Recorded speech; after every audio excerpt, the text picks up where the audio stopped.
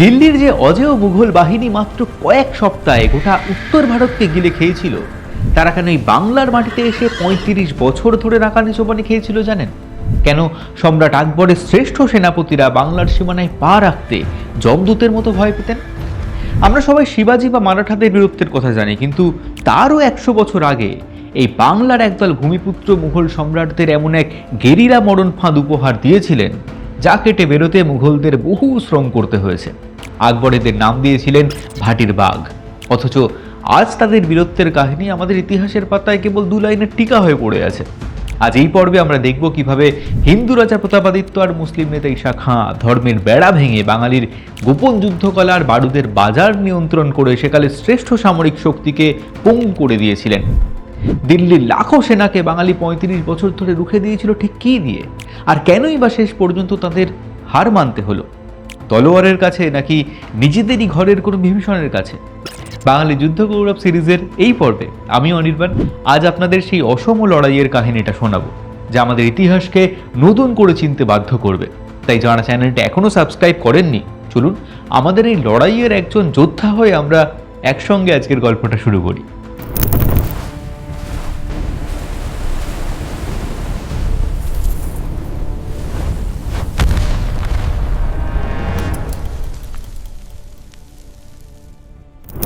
সময়টা ১৫৮৪। ব্রহ্মপুত্র নদের পাড়ে মুঘল সেনাপতি শাহবাজ খানের ক্যাম্পে তখন বিজয়ের মেজাজ।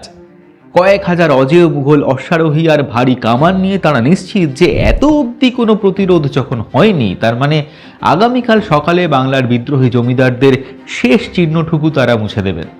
কিন্তু ঠিক মাঝরাতে সব নিস্তব্ধতা ভেঙে এক হাড় হিম করা শব্দ শোনা গেল, বাঁধ ভাঙার শব্দ। ঈশা খাঁর নির্দেশে নিঃশব্দে কেটে দেওয়া হয়েছে ব্রহ্মপুত্রের বিশাল বাঁধ। কয়েক লক্ষ টন জল মুহূর্তের মধ্যে ধেয়ে এলো মুঘল ক্যাম্পের দিকে।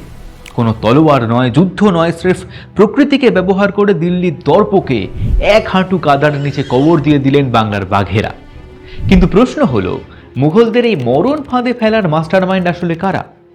আমাদের ইতিহাস বইতে এরা ১২ ভূঁইয়া। অনেকে বলেন স্থানীয় এই লড়াই স্থানীয় আফগান পাঠান শাসকদের ক্ষমতা দখলের লড়াই। আপনার কি মনে হয় এরা সবাই বহিরাগত আফগান ছিল? না, এটা ছিল এই দেশের খাঁটি ভূমিপুত্রদের লড়াই। হ্যাঁ, সেখানে ময়মনসিংহের খাজা উসমান খান বা পাবনার মাসুম খাঁ কাবুলির মতো আফগান যোদ্ধারা ছিলেন, যারা মুঘলদের বিরুদ্ধে অস্তিত্ব রক্ষার লড়াই লড়ছিলেন। কিন্তু প্রতিরোধের আসল মেরুদণ্ড ছিল এই দেশের সন্তানরা। যশোরের আধুনিক নৌ সাম্রাজ্যের অধিপতি মহারাজা প্রতাপাদিত্য, বিক্রমপুরের নৌযুদ্ধের রাজা কেদার রায়, বিষ্ণুপুরের মল্লরাজ বীর হাম্বির, ভুলুয়ার লক্ষণ মাণিক্য এবং ভূষণার মুকুন্দ রায়, এরা কেউই কিন্তু বাইরে থেকে আসেননি।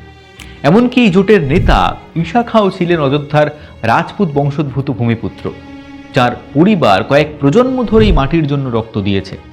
এদের সবার কাছে বাংলা স্রেফ একটা জায়গির ছিল না, বাংলা ছিল তাদের মা। সে সময় বাংলা বেশ কিছু অঞ্চলে বিভক্ত ছিল। ভাটি, যশোর, শ্রীপুর, বিক্রমপুর, ভুলুয়ার অধিপতি থেকে শুরু করে ভাওয়ালের বাহাদুর গাজী কিংবা ফতেহাবাদের মজলিস কুতুব, সকলে দিল্লির বিরুদ্ধে একজোট হয়ে লড়ছিলেন। কিন্তু একবার ভেবে দেখুন তো, দিল্লির লাখো সৈন্য আর আধুনিক গোলাবারুদকে বাঙালি ৩৫ বছর ধরে রুখে দিয়েছিল ঠিক কী দিয়ে? লজিক বলছে স্রেফ তলোয়ার আর ঢাল দিয়ে দিল্লির আধুনিক গান পাউডারের সামনে টিকে থাকা অসম্ভব। তবে কি এই ভূমিপুত্রদের কাছে এমন কোনো গোপন প্রযুক্তি ছিল যার খবর সম্রাট আকবরও জানতেন না? হ্যাঁ, ছিল। মুঘলদের হারাতে ১২ ভূঁইয়ারা তলোয়ারের চেয়েও বড় অস্ত্র ব্যবহার করেছিলেন, এই বাংলার নদী আর এক গোপন শক্তিকে। এটা বাঙালির এমন একটা প্রোগ্রেসিভ স্ট্র্যাটেজি যা আপনাকে রীতিমতো চমকে দেবে।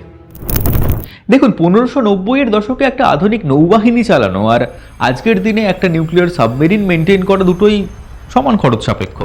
দিল্লির সম্রাট আকবরের কাছে রাজকোষ ছিল, পুরো দেশের খাজনা ছিল, কিন্তু এই সাধারণ ভূমিপুত্রদের কাছে এত টাকা আসছিল কোথা থেকে? তারা মুঘলদের সমকক্ষ গোলন্দাজ বাহিনী তৈরি করার ফান্ড পেলেন কোথায়? উত্তরটা লুকিয়েছিল বাংলার নদীপথের একটা বিশেষ খনিজ উপাদানের উপর, যাকে বলা হতো সেকালের হোয়াইট গোল্ড বা সাদা সোনা। এই হোয়াইট গোল্ড আসলে কি ছিল জানেন? এটা হলো সল্ট পিটার, বাঙালির ভাষায় সোডা। আজকের দিনে পেট্রোলিয়াম বা মাইক্রোচিপ যার কবজায় থাকে, বিশ্ব রাজনীতি সে নিয়ন্ত্রণ করে। ১৬০০ শতকে গান পাউডার বা বারুদ তৈরির প্রধান উপাদান ছিল এই সোডা। আর পুরো বিশ্বের মধ্যে সবথেকে উন্নত মানের সোনা তখন পাওয়া যেত বাংলার মাটিতে। ঈশা খাঁ আর প্রতাপাদিত্যরা মুঘলদের বারুদের এই সাপ্লাই চেনকে পুরোপুরি কেটে দিয়েছিলেন, ঠিক হরমুজ প্রণালী ব্লক করার মতো। মুঘলদের কাছে কামান তো ছিল ঠিকই, কিন্তু সেই কামানে ভরার মতো উন্নত মানের বারুদ বাঙালির অনুমতি ছাড়া দিল্লিতে পৌঁছানো অসম্ভব ছিল। কিন্তু শুধু বারুদ দিয়ে তো যুদ্ধে যেতে যায় না, দরকার সঠিক ডেলিভারি সিস্টেম। এখানেই ভূঁইয়ারা নিয়ে এলেন তাদের স্টিলথ টেকনোলজি, কুশা নৌকো। এই কুশাগুলো ছিল অসম্ভব সরু আর ক্ষিপ্র। মুঘলদের ভারী জাহাজগুলো যখন নাব্যতার অভাবে নদীর চড়ায় আটকে যেত, এই কুশাগুলো তখন নলঘাগড়ার বন থেকে চিতার মতো বেরিয়ে আসতো। মুঘল গোলন্দাজরা তাদের ভারী কামান ঘোরানোর সুযোগটুকু পেত না। সেকেন্ডের মধ্যে মুঘল সেনাপতির মাথা উড়িয়ে দিয়ে আবার কুয়াশার মধ্যে মিলিয়ে যেত এই নৌগেরিয়ারা। আর সেই গোপন শক্তি, সেটা হলো পর্তুগিজদের সাহায্য। অনেকে বলেন বাঙালিরা তো পর্তুগিজ জলদস্যুদের সাহায্য নিয়েছিল, কিন্তু এটা কোনো দুর্বলতা ছিল না, এটা ছিল একটা জিও পলিটিক্যাল মাস্টার স্ট্রোক। বিক্রমপুরের রাজা কেদার রায় নিজের নৌবাহিনীতে নিয়োগ করেছিলেন ডোমিঙ্গো কারভালহোর মতো দুর্ধর্ষ পর্তুগিজ ক্যাপ্টেনকে, যিনি আবার পরে প্রতাপাদিত্যর সেনাধ্যক্ষ হিসাবে যোগ দেন। এরা স্রেফ দস্যু ছিল না, কিন্তু এরা ছিল ইউরোপীয় প্রযুক্তির ধারক। রাজার মানসিংহের মতো দুধের সেনাপতি যখন দেখলেন যে এই বাঙালির রণকৌশল আর বারুদনীতির কাছে দিল্লির তলোয়ার হার মানছে, তখন তিনি বুঝে গিয়েছিলেন যে যুদ্ধক্ষেত্রে এই বাঘেদের হারানো অসম্ভব। মানসিংহ ব্যর্থ হয়ে ফিরে গিয়েছিলেন। কিন্তু 1608 সালে সম্রাট জাহাঙ্গীরের এক নতুন সুবাদার বাংলায় পা রাখলেন। তার নাম ইসলাম খাঁ। তিনি তলোয়ারের চেয়েও ভয়ঙ্কর একটা অস্ত্র সাথে নিয়ে এসেছিলেন। তিনি বুঝেছিলেন এই বাঘেদের জঙ্গলে ঢুকে কিন্তু মারা যাবে না, এদের মারতে হবে বিষ দিয়ে। বলুন তো কি সেই বিষ? ইসলাম খাঁ তলোয়ারের জোরে নয়, বিষের রাজনীতিতে বাংলা দখল করতে এসেছিলেন। এই বিষ কতকটা ব্রিটিশদের ডিভাইড অ্যান্ড রুলের মতো।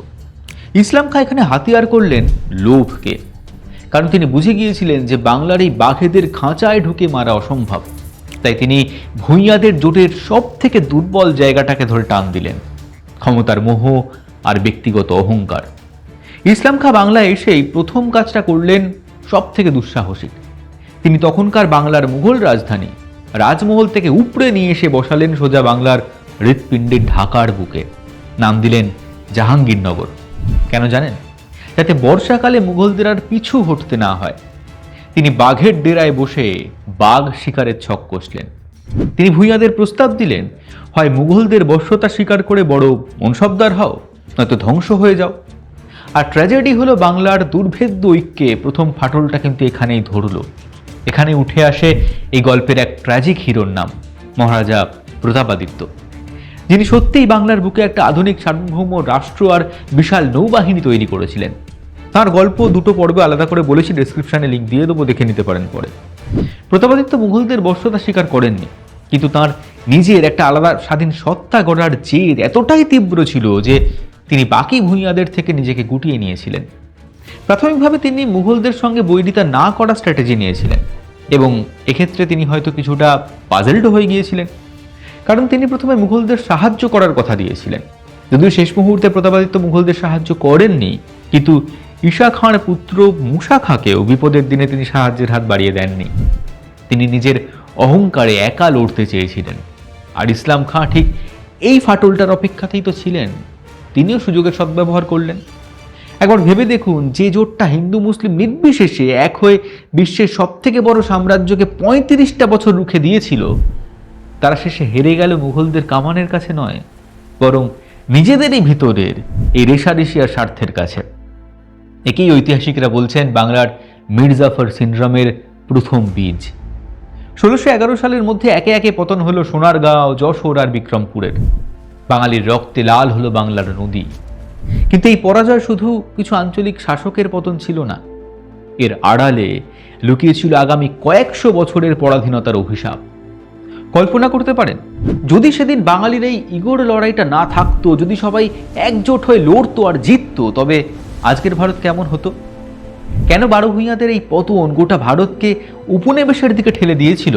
এবার সেই গল্পটা আপনাদের বলি। 1611 সালে মুসা খাঁর পতনের সঙ্গে সঙ্গে শেষ হয়ে গেল বাংলার শেষ প্রতিরোধটুকু। কিন্তু লজিক্যালি ভাবুন, যদি ভূঁইয়ারা জিততেন, তবে বাংলার বুকে তৈরি হতে পারত এশিয়ার সব থেকে বড়, সব থেকে শক্তিশালী নৌ সাম্রাজ্য। মুঘলদের নৌশক্তি ছিল না বললেই চলে, কিন্তু ভূঁইয়ারা সমুদ্রকে চিনতেন। তারা টিকে থাকলে ব্রিটিশ বা পর্তুগিজদের সাধ্য হতো না বাংলায় ঢুকে ছড়ি ঘোরানোর। মুঘলরা বাঙালির স্বাধীন নৌশক্তিকে ধ্বংস করে আসলে ব্রিটিশদের জন্য ভারত দখলের হাইওয়েটা তৈরি করে দিয়েছিল।